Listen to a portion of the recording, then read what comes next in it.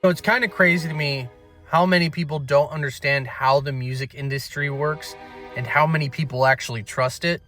Yeah, I'm pretty sure this dude is just a troll.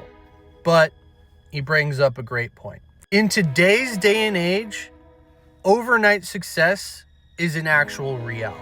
It actually happens all the time. We have things like TikTok. You can go viral very easily. If you have a great song, it's much easier to go viral and then become an overnight success. We've seen it happen several times now. For 2004, 2005, Panic at the Disco, no. Overnight success did not exist back then. It just did not. And if there was an overnight success, quote unquote, more than likely they're an industry player. At the very least, a Nepo baby.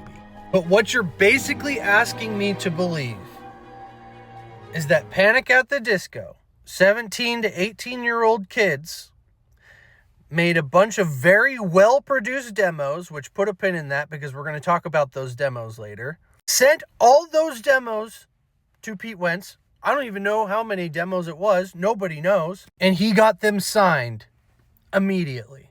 That doesn't make sense. Not to mention, Panic at the Disco never played a live performance, never played a live show before putting out A Fever You Can't Sweat Out. That doesn't make sense. Let me repeat that again. Panic at the Disco never played a live show until they put out A Fever You Can't Sweat Out, their seminal album. Not to mention, it was their very first album. And then from there, not only getting a record deal, putting out a music video, getting all this promotion done, and all this marketing, that takes a lot of money. Today, it's much easier to produce a record.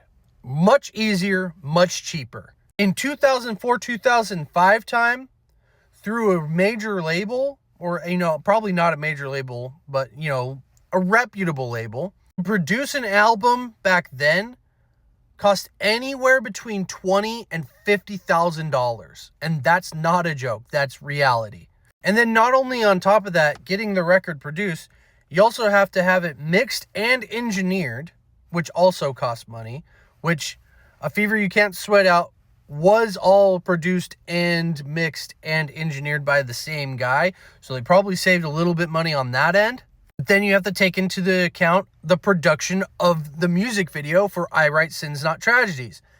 At the very, very, very least, that music video cost $10,000. At the very least, which in reality, that music video probably cost about $20,000, maybe more. But I'm being conservative with it.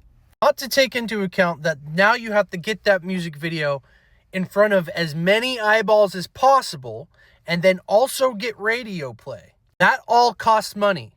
It's not free.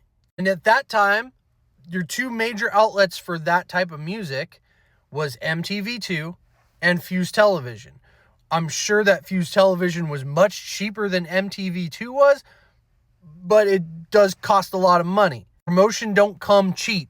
And then on top of that, other types of promotions, such as photo shoots and magazine ads, such as alternative press, that too costs money. And we're talking not a little bit of money, thousands of dollars. And then on top of that, the music.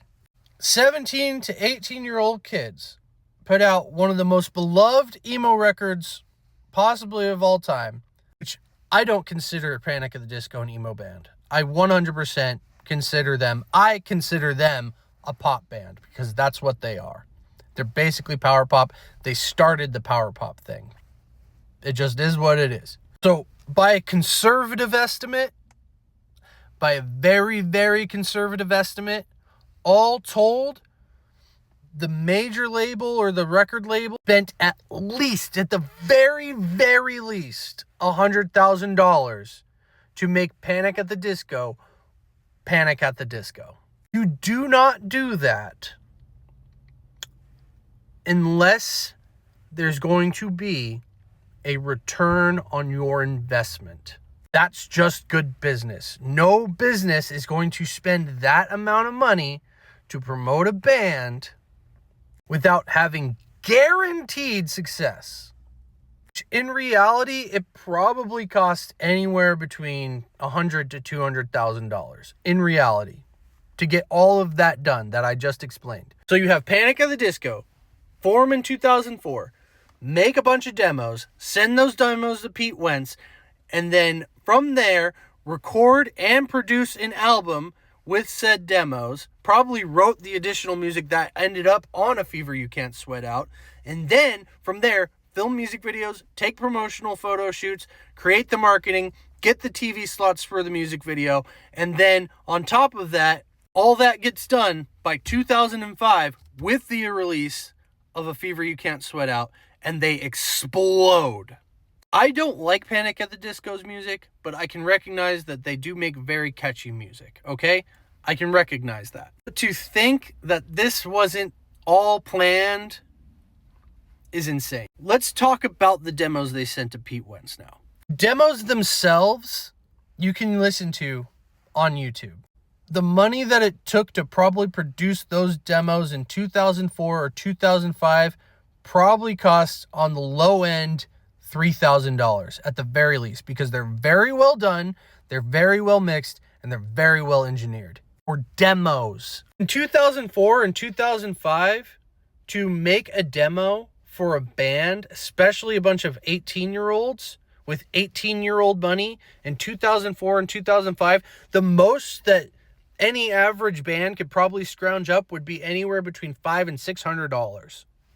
That $500 and $600 demo tape that this random band could possibly create would sound like absolute dog shit.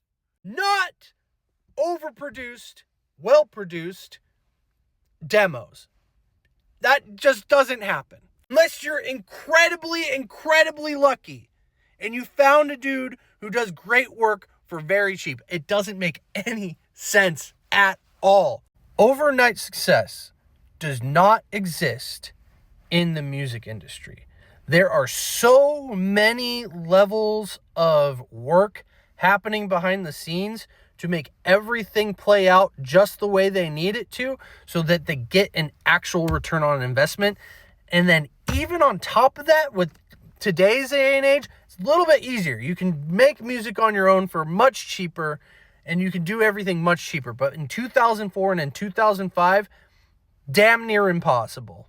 Yes, 100% Panic at the Disco are industry plants. You'll never be able to convince me otherwise. They had no following before giving those demos to Pete Wentz.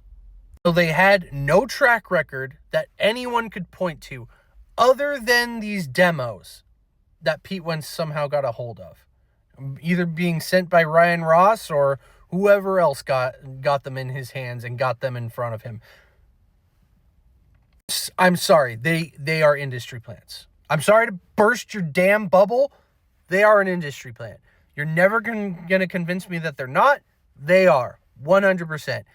If you like their music, that's fine. But I like authenticity.